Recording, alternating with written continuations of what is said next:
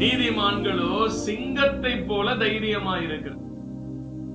இப்ப துன்மார்க்கன் ஒருவனும் பின்தொடராது படி போட்டான் அப்படின்னா நல்லா கவனிங்க. எப்பெல்லாம் உங்களுக்குள்ள பயம் வருதோ, எப்பெல்லாம் உங்களுக்குள்ள அந்த கலக்கம், பயம், திகைத்து போய் நீங்க நிக்கிறீங்களோ, அப்பெல்லாம் நீங்க ஒரு விஷயத்தை நோட் பண்ணுங்க. உங்களுடைய பிரீதிங் டிஃபரன்ஸ் ஆகும்.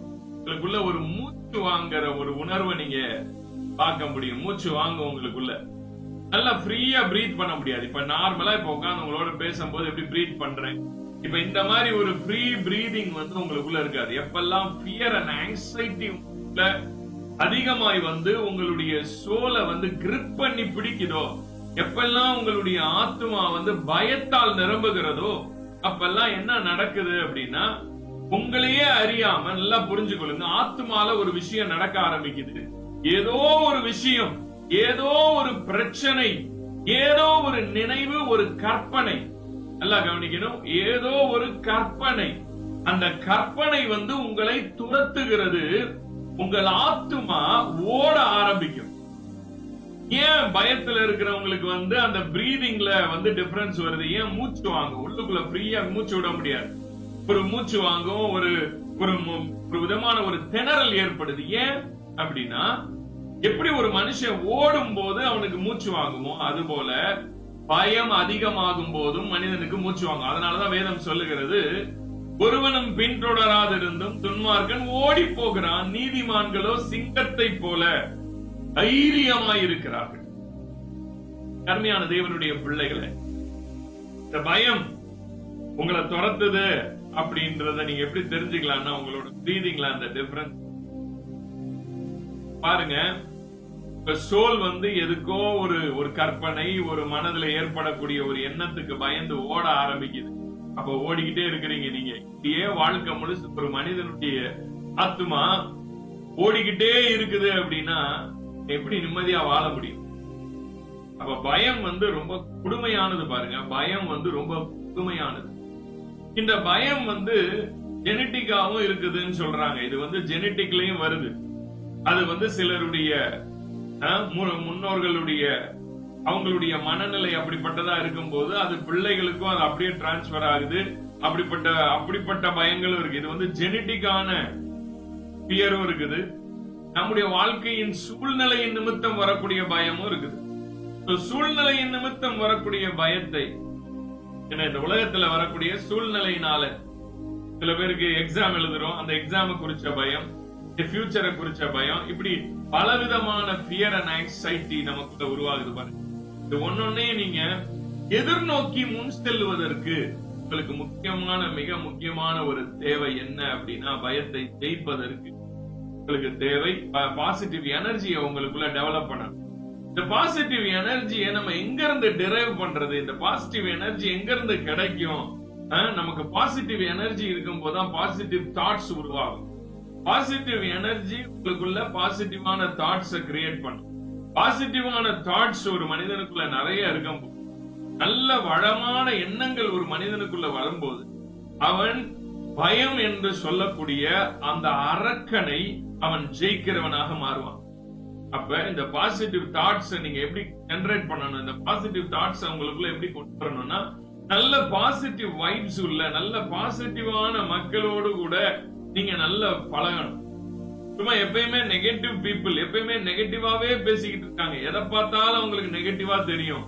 எப்பவுமே அவங்க வாயை திறந்தாவே அபிசுவாசமா தான் பேசுவான், நம்பிக்கையற்ற வார்த்தைகளை தான் பேசுவான்.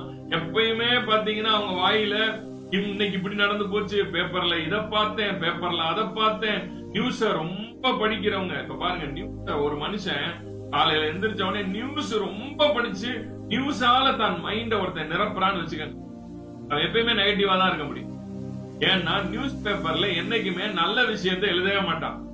அது ஒரு நாள் நீங்க பேப்பர் எடுத்து பாருங்க, ஒரு நாள் செய்தியவே நீங்க ஓபன் பண்ணுங்க, நல்ல விஷயம் ஒரு 4 சொன்னான்னா தேசத்துல நடந்த அழிவையும் தேசத்துல அங்கங்க நடந்த கொலை மற்ற இந்த சம்பவங்களை 1000 சொல்லுவான். ஒரு 4 நல்லது சொன்னான்னா 1000 கெட்டது சொல்லுவான். அப்ப இந்த 4 நல்லதை நம்ம இருதயத்தை என்ன செய்யாதுன்னா பிடிச்சுக்காது. ஏன்னா நமக்குள்ள ஏற்கனவே என்ன இருக்குது? பய உணர்வு இருக்கிறதுனால நல்லா புரிஞ்சுக்கங்க, அவங்க கொடுக்கிற நல்ல விஷயத்த உங்க மனசு பிடிச்சாரு. இது எதைதான் ரொம்ப இறுக்கி எடுத்துக்கோன்னா, பயம் எதை வெளிப்படுத்துகிறதோ, பயத்துக்கு எது தீனி போடுதோ அதை ஈஸியா பயம் என்ன செய்யும்னா உள்வாங்கிக்கிட்டு உங்களை அந்த எண்ணங்கள் உங்களை ஆண்டு கொண்டு உள்ளுக்குள்ள பயம்புறுத்திக்கிட்டே இருக்கும். அப்ப இந்த பயம் உணர்வுகள்ல இருந்து நீங்க விடுதலை பெறுவதற்கு நல்லா புரிஞ்சு கொள்ளுங்க, நல்ல பாசிட்டிவான கணங்களோடு கூட நீங்க பழகணும். எப்பயுமே நம்மள பயம்புறுத்துகிற வார்த்தைகளையும், நம்மள எப்பயுமே சோர்வடைய பண்ணக்கூடிய செய்திகளையும், நம்முடைய பயத்துக்கு தீட்டி போடக்கூடிய காரியங்கள்ல இருந்து விலகி இருங்க. அப்படி நீங்க விலகி இருக்கும் போது கொஞ்சம் கொஞ்சமா இந்த பயத்தை என்ன செய்யலாம்னா மேற்கொள்ளலாம். இல்ல நீங்க இப்படியே இந்த பயத்தை பத்தி, பயத்துக்கு தீனி போடக்கூடிய செய்திகளையே நீங்க கேட்கறீங்க. இன்னைக்கெல்லாம் பாத்தீங்கன்னா நிறைய பேரு டிவில யூடியூப்ல பிரசங்கம் பண்ணாலே பயம்புறுத்தி தான் விடுறாங்க. எப்பயுமே பயத்தை தான் பேசுறாங்க.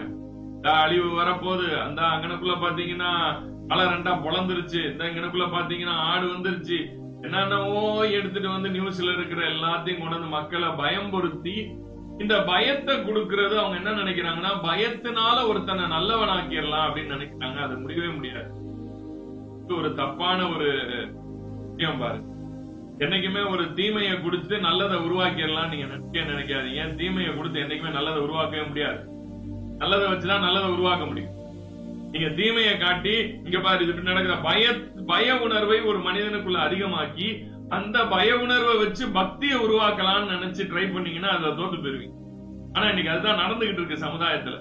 என்ன நடக்குதுன்னா, ஒருத்தனை நல்லவனாக்கணும்னா அவனை பயமுறுத்துங்கிறாங்க. ஒருத்தனை நல்லவனாக்கணும்னா அவனை பயமுறுத்த கூடாது. ஒருத்தனை நல்லவனாக்கணும்னா அவனுக்கு நல்லதை சொல்லி தரணும், அவனுக்கு நல்லதை தான் அவன் கண்ணுல காட்டணும், அவனுக்கு நல்லதுன்னா என்னன்னு புரிய வைக்கணும், நல்லதை அவனுக்கு இன்னும் நிறைய எப்படி கத்துக்கணும்ன்றத சொல்லி தரணும்ன்றதுக்கு பதிலா இன்னைக்கு உலகத்துல என்ன பண்ணிட்டாங்கன்னா, எல்லாரும் எதிர்மறையானது காரியங்களை நிறைய சொல்லி கொடுத்து இவனை நிறைய பயம்புறுத்து, அப்பதான் இவன் நல்லவனா வாழுவான்னு சொல்லிட்டு பயம்புறுத்துறதுல இறங்கிட்டான். இப்ப அப்படிப்பட்ட காரியங்கள் ஏற்கனவே உங்களுக்குள்ள பய உணர்வு அதிகம். அப்ப நீங்க என்ன ஆகுறீங்கன்னா, இந்த மாதிரியான வார்த்தைகளுக்கும் இந்த மாதிரியான பிரசங்கங்களுக்கும் உடனே உங்க மனது திறக்கப்பட்டு, உடனே உங்க இருதயம் அதுக்கு நேரா என்ன செய்ய ஆரம்பிச்சிருந்தா ஃப்ளோ ஆக ஆரம்பிச்சிருக்கு. இப்ப இந்த பயம் உங்களுக்குள்ள அதிகமாகிக்கிட்டே போக போக போக உங்க வாழ்க்கை இன்னும் பயத்தின் மேல் பயத்தை தான் அடையுமே தவிர ஒரு நாள் நீங்க பயத்திலிருந்து விடுதலையை பார்க்க முடியாது. அப்ப ஏது உங்களை பயத்திலிருந்து விடுதலை ஆக்குமோ அந்த காரியங்களை அதிகமாய் கேளுங்க, அந்த காரியங்களை அதிகமாய் பாருங்க. புரியுதுங்களா? வேதத்தை படிக்கும் போதும் எப்பவுமே பைபிள்ல இருக்கிற வசனங்களை எடுத்து உங்க இருதயத்துல வச்சு உங்களுக்குள்ள அந்த பாசிட்டிவான எண்ணங்களை அதிகமாய் கொண்டு வாங்க. அதை வாயில அறிக்கை பண்ணுங்க, விசுவாசத்தை அறிக்கை பண்ணுங்க. உங்க வாழ்க்கையில வாயினால பாசிட்டிவான காரியங்களை பேசிக்கிட்டே இருங்க. உங்க வாயின் வார்த்தைகள் பாசிட்டிவால நிரம்பி இருக்கட்டும். நல்ல வார்த்தைகளை உங்க வாயில இருந்து அறிக்கை செஞ்சுக்கிட்டே இருங்க. இந்த உலகத்துல நிறைய பேர் சொல்லலாம், இதெல்லாம் அறிக்கை செய்யறதெல்லாம் வேஸ்ட்னு. அது அவங்களுக்கு வேஸ்டா இருந்துட்டு போகுது. எதையுமே ஒருத்தன் நம்பிக்கையோட செய்தால் கண்டிப்பா அதுல பலன் உண்டு.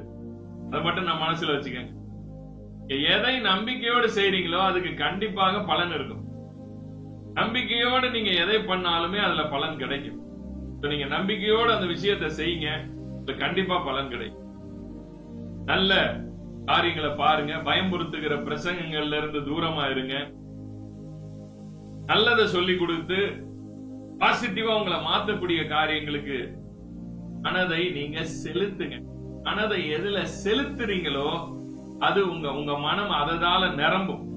பயத்தை உங்க மனதை கொண்டு போய் பயத்துல செலுத்துனீங்கன்னா, பயமுள்ள வார்த்தைகளுக்கும் பயம்புறுத்தக்கூடிய பிரசங்கங்களுக்கும் உங்க மனதை செலுத்துனீங்கன்னா பயத்தாலதான் நிரம்பும். அப்புறம் நீங்க ஆண்டவரே பயத்தை என்னிலிருந்து எடுத்து போடும் ஜெபம் பண்ணா பயம் உங்களை ஆண்டவரே எடுத்து போடவே முடியாது. ஏன்னா நீங்க தான் உங்க மனதை பயத்தின் வார்த்தைகளுக்கு செலுத்துறீங்க. கொண்டு போய் பயத்தினுடைய வார்த்தைகளுக்கு நீங்க தான் உங்க இருதயத்தை செலுத்துறீங்க. அப்ப நீங்க உங்க பயத்துல உங்க இருதயத்தை செலுத்தலைன்னா உங்க இருதயம் பயத்துக்கு போவாது. உங்க இருதயத்தை நீங்க இடத்துல கொண்டு போய் சேர்க்கிறீங்களோ அத உங்க இருதயம் என்ன தன்னுடையதாக்கி கொள்ளும். நீங்க தைரியத்தையும் விசுவாசத்தையும் சரியா சொல்லி கொடுக்கக்கூடிய வார்த்தைகளை நீங்க கேட்டீங்கன்னா கண்டிப்பாக உங்க வாழ்க்கையில நீங்க இந்த பய உணர்வை ஜெயிக்கலாம். உங்களால இந்த பயத்தை மேற்கொள்ள முடியும். இன்றைக்கு நான் உங்களுக்கு சொல்லுகிற காரியம், பயத்தை ஜெயிக்கணும்னா நல்ல ஒரு பாசிட்டிவான காரியங்கள்ல உங்க மனதை நீங்க செலுத்தணும். நீங்க உங்க மனதை எதுல செலுத்துறீங்கன்றத கவனிங்க. பயத்தின் வார்த்தைகளுக்கும் செலுத்துறீங்களா, இல்ல உங்களுக்கு எப்பவுமே நல்ல காரியங்களை சொல்லிக் கொடுக்கக்கூடிய நல்ல பிரசங்கங்களையும் நல்ல வார்த்தைகளை கேட்கத்தக்கதான நல்ல ஜனங்களோட நீங்க பழகுறீங்களா அப்படிங்கறத செக் பண்ணுங்க.